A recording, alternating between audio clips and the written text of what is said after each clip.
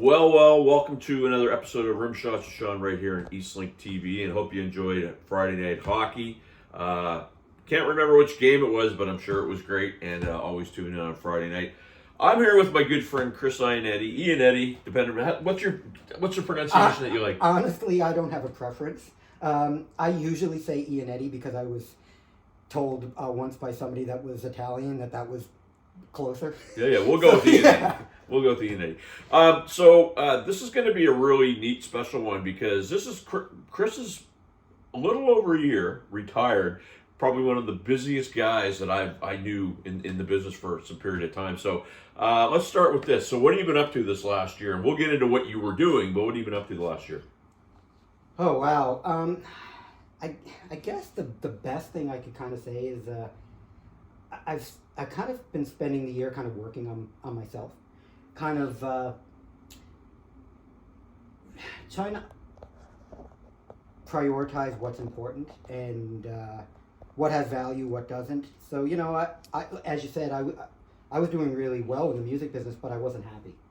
So, and when you sort of achieve all your dreams, Jim Carrey said this, like he wishes everybody could achieve their dreams, and so they would know that it's not what makes you happy. That's totally true. So I just left with no real plan, and I've spent a year working on my state of being, and I've learned a lot. I'm like so much happier, so much in a better place than I ever have been. This came about because the last couple of weeks I've been seeing some people that have been doing some posts, and your fingerprints are all over certain things, and I'm like, from a purely me going, come on, it's a lot of people that are having some success.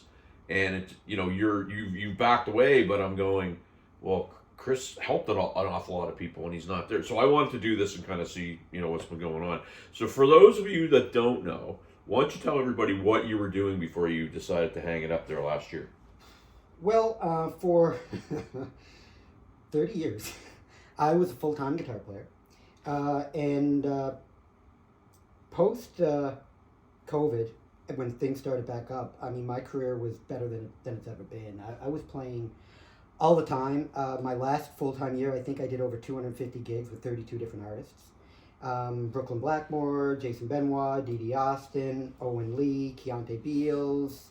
I shouldn't have started listing because I know I'm going to leave somebody really important out. Just a lot of great people. You. A lot of great people. Sorry for everybody I forgot. I love you so much.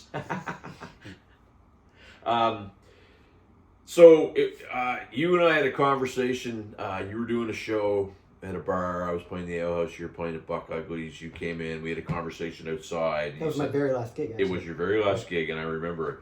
And about 3 or 4 days beforehand, you're like, I can't tell you what it is, but come and see me. And then you told me what you were going to do. And I never spilled the beans. I never told anybody. But has that worked out kind of the way you've wanted it to?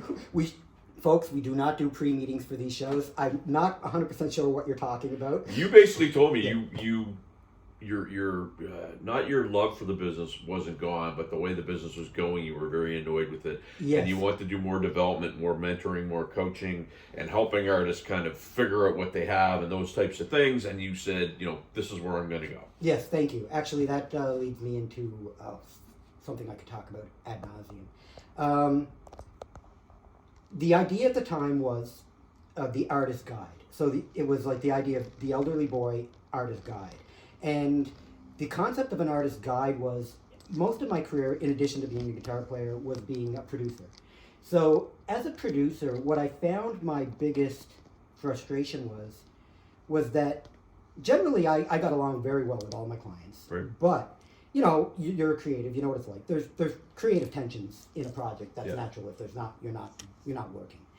So what I found that my wall that I kept coming up against was trying to convince people to stay authentic to themselves. It was never I don't want to do that or I don't like it. It was I don't think we can do that. I don't know if people will like this. And I found that so frustrating that the industry really encourages people to make a commodity of their music, and to kind of,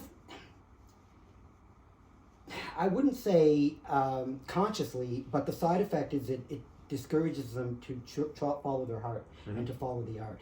So that's what I wanted to do. I wanted to be somebody that, more so than produces and makes the content, somebody that's more there as a cheerleader, somebody that's more there to always be the person that says, I believe in you. You do that. You want to do that? You think nobody likes it? I like it. You do it. And that's what I really felt was needed. So, I mean, I'll be the guy here that'll say, Chris is soft selling it, but the music business is a meat grinder. It really is. It's not for everybody. I mean, a lot of people get involved when they don't know. It's fun. It looks very exciting. The maybe 2 hours that you're on stage actually doing it are great. It's all the other stuff that leads up to that. That's hard on the head, mentally can be weird. Were you finding some of that to lead up to this? Oh my God, yes. As a matter of fact, the reason I'm really glad that I've taken a year to really launch my show and stuff is that when I first left, it was kind of an anti-music industry kind of mindset. Like, personally, I think the idea of awards isn't useful. Thank you. I think it sets up the idea that I'm against you, the idea, and it always leads to bad feelings. It believes, why did they get it? This person did this person did that. It leads to a lot of stuff that's complicated. That was where I was when I left. But as time has gone on, I really feel strongly that if you're fighting for peace, you're still in conflict. What I mean by that is, being anti-anything just gives it power and creates more division. It creates more of a duality. So over time, it took me a little while to get there, but what I realized, and it might sound like a small shift, but I think it's night and day. Now my focus is pro another way. I want to show artists another alternative. If you feel that going to conferences and getting awards and being in contests makes you fulfilled, it gives you motivation, you enjoy the community of it, I love it. You do it, you go for it, and you just live your best life. I feel that for some people, it really does hold them back. So I just want to create an alternative, still giving love and appreciation and support for people that want to do it a different way than I want to do it. You know what? We're just getting started here with my buddy Chris Iannetti on Eastlink TV. We're back after this. Well, welcome back to Rimshots with Sean right here on Eastlink TV after Friday Night Hockey here with Chris Iannetti. And we're at his house, which is, man, we're going to get some video because of I haven't been here in well over a year since I did some tracking and stuff. So just before our break, you were talking about awards and division and some things that can happen with that. And I want to take it, I guess, a little bit further, because one of the things I find about our industry around here is the lack of cohesion and maybe sometimes the lack of sharing of information. I don't think anybody does it on purpose, but maybe there's a whole, I don't want to give secrets away for fear that somebody maybe gets ahead of me. I'd love to get your thoughts on that. Yeah, I mean, I just think there's a lot of messaging that comes not necessarily purposely, but to your artists as they grow, that it's tough, that the music business is tough. I hear it all the time. It's actually one of the things I want to address really, really soon on the show. I've already started a video on it, that the music business isn't necessarily tough to make a living in. I don't personally think. Right. And that's not to minimize people that are struggling, but I think that because there's such a mindset of everything's tough, that, I still hear people talking about the $100 gig and stuff like that. Yep. So to me, I believe that it's a myth. It was a myth in my reality. Nobody was offering me money that low, and I don't mean that to say I was above it, but what I mean it to say is that wasn't the reality that I believed, and it wasn't the one that I was getting. But I think a lot of people are like, oh, there's no work out there. It's so hard. Nobody wants to pay. It's tough. And they go in with that mindset of, if it's tough, which makes them protective, it puts them in fear. Right. So that's my take on it. Well, I mean, that's a whole other topic for another day. And maybe sometime we can go into your podcast and discuss it because there is a psychology behind it. But I'm no coach. I'm not anybody that coaches, but I have a network of people that I trust and I refer to all the time and I go to. Yeah. And one of the things that I find about musicians is they don't have any defined goals. They want to go somewhere. They just don't. It's not committed to paper, to anything. They don't know what they want. They don't know how to get there. They just want it. Yeah. You find that? Yeah, I mean, I think there's a lot of people that are confused about what they want. I think, the thing about music and any of the arts, there's a glamour aspect that Right. attracts some people, and the reality is when you're in the business, it's not actually glamorous, right? So, if you're there because you think you want popularity or you want kudos, you're going to be unhappy pretty quickly because you start realizing. I mean, in my song "Making the Bed," I changed one of the lyrics to "tired of playing to the back of their heads." Right. I can't. I'm sure you've seen it many times where the place that was the most notorious for me was Cheers, with the old Cheers, Yeah. where they had the bars. You'd have a whole row of people just leaning against that bar, against the stage, that are basically their backs are touching you, and you're like, it's a little deflating when you work, you get all this material up, you're really proud of it, and you realize you're playing to people's backs. Yeah. No I don't know if that answered the question. No, but- it does, because I mean, I think what happens is you nailed some stuff in there. It comes across as glamorous. Yeah. And so what happens, what I find happens, is just my personal opinion, is people get into it because they think it's fun, and then they find out it's not fun. A little bit of it's fun, a lot of it's a lot of hard work, and then that's where you start seeing people that wanted to do it disappear, or maybe, you know what, I'm not going to do that gig. And so I think that's why you see the ebbs and flows of the business so much, because a whole new bunch of people get in there and figure out it's not fun and leave, and shrinks back down to the core group of people that are out there working hard. Yeah. I mean, I've heard a lot of guys say, we'd start a band, especially in the cover band world, and it would be people that had a whole other life. They had their day job, and they would say things like, "I'm only doing this as long as it's fun." Yeah. And I think that is the right attitude, and that's one of the things that I didn't do, because for me personally, it became my identity. Yeah. That's who I was. I mean, I was a guitar player, so it didn't matter if I liked it anymore. As a matter of fact, I never even thought about whether I liked it or not. Yeah.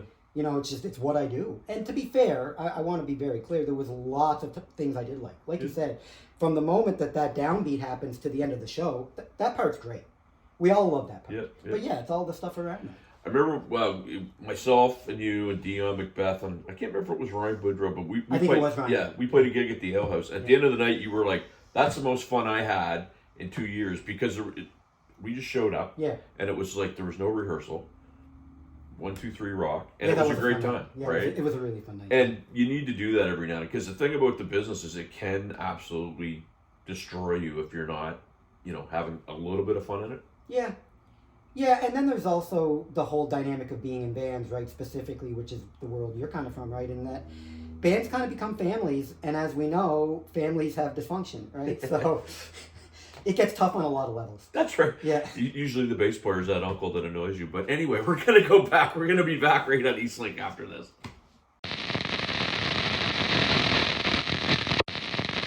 Welcome back to Eastlink Community TV. Rimshots with Sean. I'm here with Chris Iannetti. So we covered a lot of stuff, but now I want to cover current Chris. What Chris is going to be up to. You're going to have your own podcast.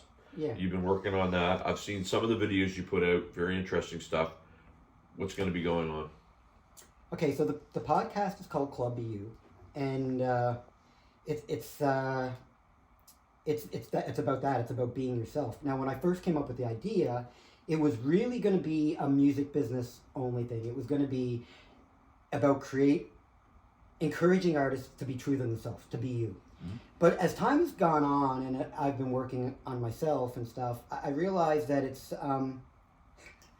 okay. Here we go. We're creators. All of us are creators, not just the artists. We create our lives, and art is pure creation. So the show's actually going to be more about how to create a better life.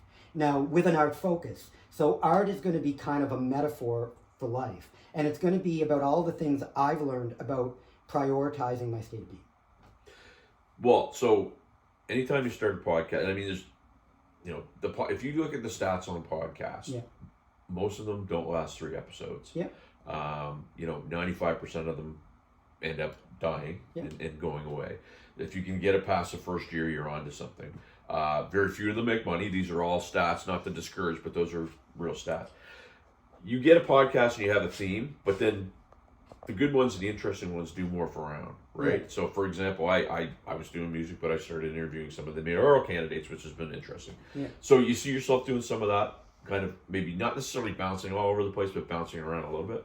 Yeah, with a global theme. Yeah. So the idea is I'm going to do it sort of in sort of, there's going to be two formats. The format that I've already started, which is kind of the talking head format where I just talk about stuff. Yep. And that stuff's going to be about things that I've learned about prioritizing my state of being. Things that are very simple to implement that make a big difference. Things that have worked for me that I want to share with other people. Right. And then the podcast will be where I bring people on.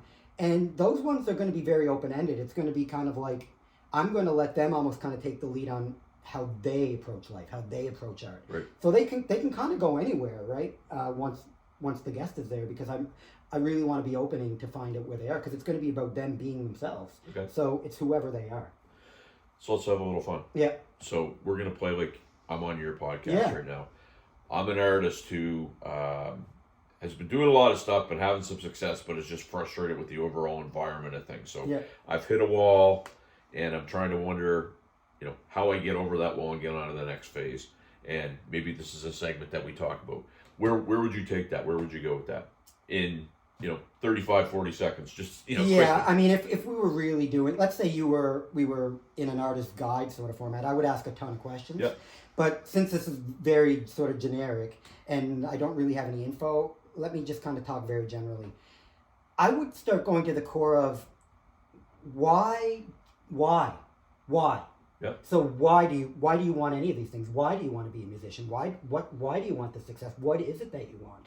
Because most people don't really know the answers to that question. Yep. So what is the answer? Why do we do anything? Why did we start a band?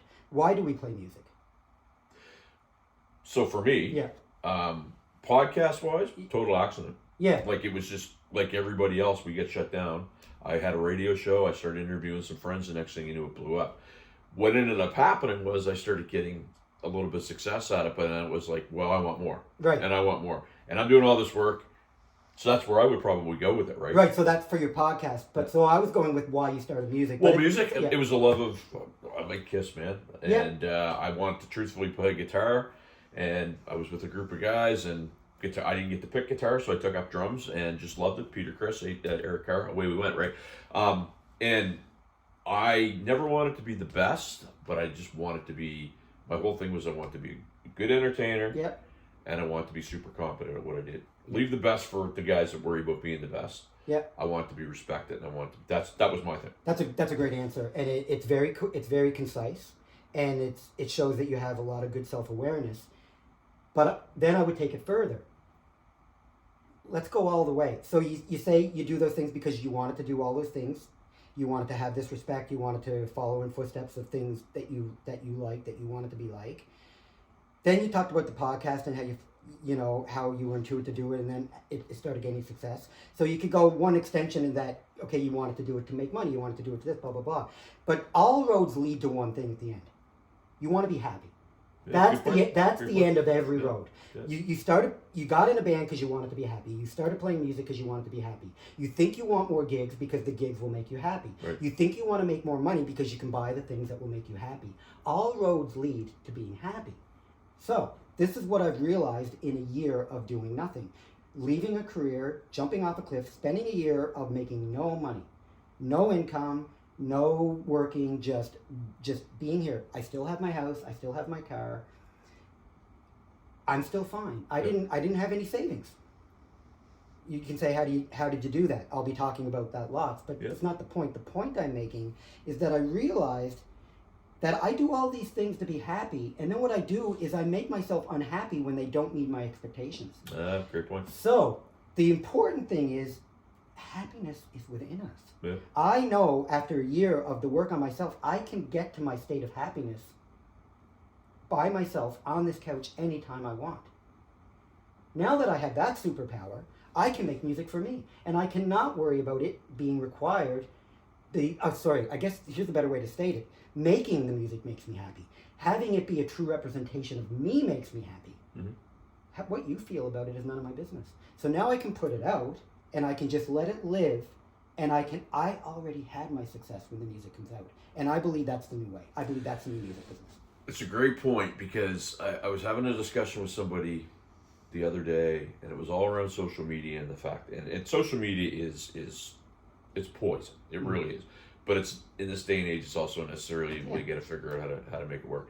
And a lot of it's fake, right? A lot of it's fake news, and people get caught up in that. So what you just said there, I think, is key, because it's being comfortable in your own skin, not caring what people think, doing it for yourself. Yep. And then on to the next, right? And that's pretty much what you're saying. Yeah. Right. Yeah. It was really starting to understand why we do the things we do, and it's funny. Your circumstances never will make you happy. Here's one thing I learned in the music business. You start, it's like, oh my God, I'll be happy when we get a great singer. Remember the first time you played in a band that had a great singer? Yeah. I was like, ah. Yeah. And then it was like, I'll be happy when we get a gig at that club. Then I'll be happy when I'm playing a stadium. Yeah. Then I'll be happy when I get on a tour. I've done all those things, and I'll tell you, each one made me less happy. Yeah. Because the happiness doesn't come from the successes. The happiness is there, and you have to choose to have it or not.